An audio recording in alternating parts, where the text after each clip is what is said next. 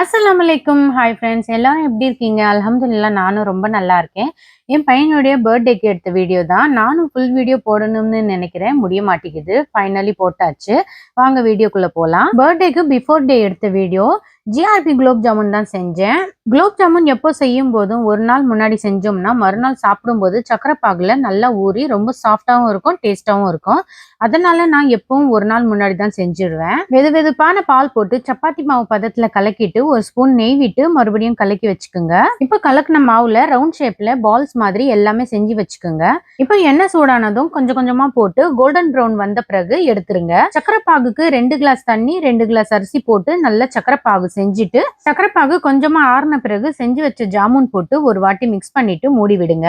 அதே மாதிரி என் பையனுக்கு கஜூர்னா ரொம்ப பிடிக்கும். கஜூர் கேட்டா அதான் செய்யலாம்னு 1/2 கிலோ ரவை, 1/2 கிலோ மைதா, 1/2 கிலோ சர்க்கரை, 4 முட்டை, இதுல 50 கிராம் பாதாம், 50 கிராம் முந்திரி மிக்சில கொரகொரப்பா அரைச்சி சேர்த்துக்குங்க. 2 ஸ்பூன் சோம்பு போட்டு கொஞ்சமா தண்ணி தெளிச்சு கெட்டியா கலக்கிக்குங்க. கொஞ்சமா மாவு எடுத்து ரோல் பண்ணிட்டு கத்தியால டைமண்ட் ஷேப்ல கட் பண்ணிக்குங்க.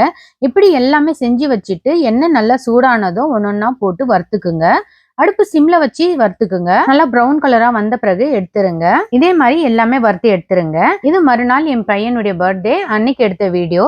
மட்டன் பிரியாணி செய்யலாம்னு கடைக்கு போய் மட்டன் வாங்கிட்டு வர்றதுக்கு போயிருந்தேன். மட்டன் வாங்கிட்டு வந்து முதல்ல மட்டன் வேக வச்சிடலாம். மட்டன் நல்லா கழுவி குக்கர்ல போட்டு மஞ்சள் தூள், உப்பு, 1 கிளாஸ் தண்ணி போட்டு வேக வச்சிடுங்க. நான் 1/2 கிலோ பாஸ்மதி ரைஸ் எடுத்து கழுவி ஊற வச்சிருக்கேன். இப்போ ஒரு அகலமான பாத்திரத்துல 1/2 கிலோ ரீஃபண்ட் ஆயில் போட்டு எண்ணெய் நல்லா சூடானதும் பட்டை, லவங்கம், ஏலக்காய் போட்டு 1/2 கிலோ வெங்காயம், 10 பச்சை மிளகாய் போட்டுக்குங்க. தேவையான அளவு உப்பு போட்டு நல்லா வதக்கிட்டு 150 கிராம் இஞ்சி பூண்டு பேஸ்ட் போட்டுக்குங்க. பச்சை வாசனை போற வரைக்கும் வதக்கிட்டு வேக வச்ச மட்டனை தண்ணியோட சேர்த்துக்குங்க. இப்ப 1/2 கிலோ தக்காளி போட்டிருக்கேன். 2 ஸ்பூன் சக்தி மசாலா மிளகாய் தூள், ஒரு பெரிய லெமன் பிழிஞ்சு போட்டுக்குங்க. நான் வீட்லயே பால்ல உர போட்டு தயிர் செஞ்சு வச்சிருக்கேன். அது எல்லாமே போட்டுட்டேன். போட்ட பிறகு நல்லா எல்லாமே மிக்ஸ் பண்ணி விடுங்க. இப்போ புதினா ஒரு கட்டு, கொத்தமல்லி 1/2 கட்டு போட்டிருக்கேன். 1/2 கிலோ அரிசிக்கு தகுந்த மாதிரி தேவையான அளவு தண்ணி போட்டிருக்கேன். தண்ணி நல்லா கொதிச்ச பிறகு ஊற வச்ச அரிசியோட தண்ணி எல்லாமே வடிகட்டிட்டு போட்டுக்குங்க. இப்போ மூடி போட்டு மூடி வச்சிருங்க. இப்போ ஒரு வாட்டி மெதுவா கீழே மேல நல்லா கிளறி விடுங்க. பாருங்க, அரிசி உடையாம நல்ல நீளமா இருக்கு. பிரியாணிக்கு மட்டும் அரிசி போட்ட பிறகு நம்ம அதிகமா கிளறக்கூடாது, அரிசி உடைஞ்சிரும். இப்போ நெய் போட்டுக்கலாம். நெய் கொஞ்சம் அதிகமாவே போட்டுக்கோங்க, நல்ல வாசனையா இருக்கும். இப்போ ஒரு காட்டன் துணியால தம் போட்டு மேல ஒரு வெயிட் வச்சிருங்க. காத்து போகாத மாதிரி வச்சிருங்க. பிரியாணி தம் ஆகுற வரைக்கும் நம்ம தயிர் பச்சடி செஞ்சுக்கலாம். தயிர் பச்சடிக்கு தயிர் அதிகமாவே சேர்த்துக்கோங்க, சாப்பிட்றதுக்கு நல்லா இருக்கும். வெங்காயம், ஒரு பச்சை மிளகா, கொஞ்சமா கொத்தமல்லி போட்டு நல்லா மிக்ஸ் பண்ணி விடுங்க. தயிர் பச்சடி ரெடி ஆயிடுச்சு. குலோப் ஜாமுனும் நல்லா ஊறி இருக்கு. ஒன்னு எடுத்து காமிக்கிறேன் பாருங்க. ரொம்ப சாஃப்டாவும் இருக்கு, சக்கரை பாகுல ஊறி நல்ல டேஸ்டாவும் இருக்கு. இப்போ பிரியாணியும் ரெடி ஆயிடுச்சு. பாருங்க, நல்லா உதிரி உதிரியா இருக்கு. நான் எக்ஸ்ட்ரா எந்த மசாலாவும் ஆட் பண்ணல. கரம் மசாலா, பிரியாணி மசாலா எதுவும் ஆட் பண்ணல. இந்த மாதிரி செஞ்சு பாருங்க, டேஸ்ட் ரொம்பவே சூப்பரா இருக்கும். நான் வெளியில 2 பேருக்கு கொடுக்கறதுக்கு பிரியாணி, தயிர் பச்சடி, குலோப் ஜாமுன் எடுத்து வச்சுட்டேன். அவங்க வந்து வாங்கிட்டு போயிடுவாங்க. வீட்டுல பசங்களுக்கும், அம்மாக்கும், ஹஸ்பண்ட்க்கும் எல்லாருக்கும் பிரியாணி போட்டு கொடுத்துட்டு எனக்கும் பசி எடுத்துருச்சு. நானும் பிரியாணி போட்டுட்டு சாப்பிட்டுட்டேன். எப்படி ஒண்ணுக்கு ஒண்ணு ஒட்டாம பிரியாணி உதிரி உதிரியா இருக்கு பாருங்க.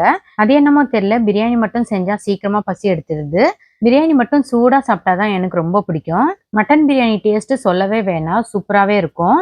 ஹஸ்பண்ட் லஞ்சுக்கு வீட்டுக்கு வரும்போது கேக் வாங்கிட்டு வந்தாரு. ஈவினிங்கா என் பையன் கேக் வெட்டி எனக்கும் எங்க அம்மாக்கும் ஊட்டி விட்டான். அதுக்கப்புறமா நானும் எல்லாருக்கும் கேக் வெட்டி கொடுத்துட்டு நானும் சாப்பிட்டுட்டு ஈவினிங்கா ஜுவல்லரி ஷாப்க்கு தான் போயிருந்தோம். எங்க அம்மாவும் என் தங்கச்சியும் என் பையனுக்கு வெள்ளியில ரிங் வாங்கி கொடுக்கணும்னு சொல்லியிருந்தாங்க. அதுக்கு தான் போயிருந்தோம்.